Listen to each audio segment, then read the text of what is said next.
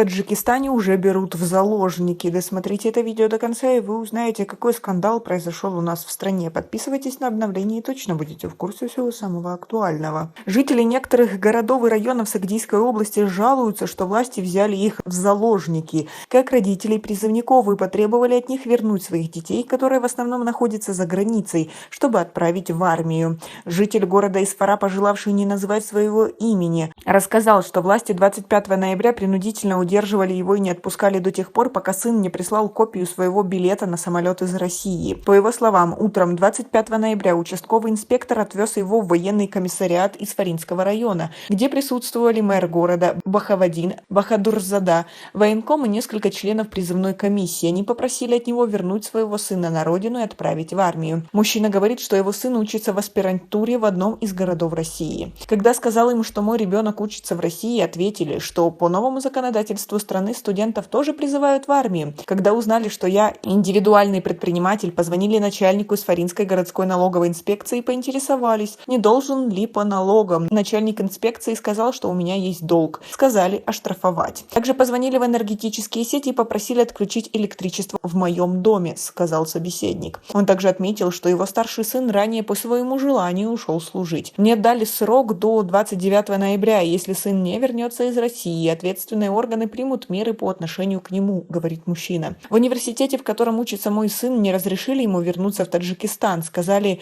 либо тебя отчислим, либо продолжишь учебу. В такой ситуации мой сын не может уйти из университета и приехать. Как вы относитесь к такой ситуации и к тому, что это позволяют уделать власти? Свои ответы напишите нам, пожалуйста, в комментарии. В военном комиссариате Исфары опровергли информацию родителей призывников и заявили, что подобные сообщения не имеют под собой оснований. Алиджон Ниязов, военный комиссар города Исфара, сообщил, что согласно требованиям закона они вручают повестку родителям призывников, и к ним самим у них претензий нет. Эти слова не имеют под собой никаких оснований, не верьте им. Приезжайте и убедитесь сами, мы никого не заставляли возвращать детей и отправлять на службу. Когда они приходят в военный комиссариат, мы объясняем им требования закона и сложившуюся ситуацию, и они сами приводят своих детей, сказал Алиджон Ниязов. Он отметил, что им не нужны молодые люди, которые работают и учатся за границей. Для выполнения плана им достаточно призывников и внутри страны. По словам военного комиссара, за день до окончания призывной кампании план призыва в городе Исфара выполнен на 90%. Между тем, в пресс-центре Хукумата Исфары сообщили,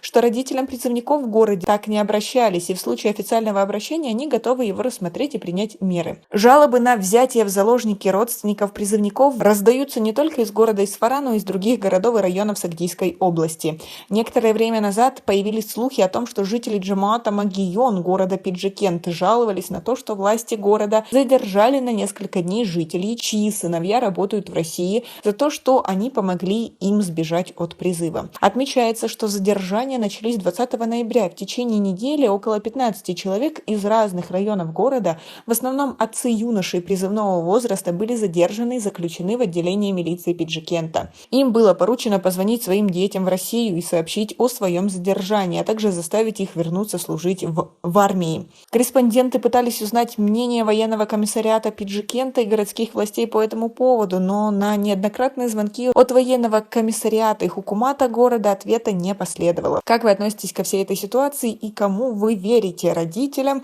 или работникам военного комиссариата? Свои ответы напишите нам, пожалуйста, в комментарии. У нас пока на этом все. Оцените наше видео подпиской и лайком. До скорой встречи.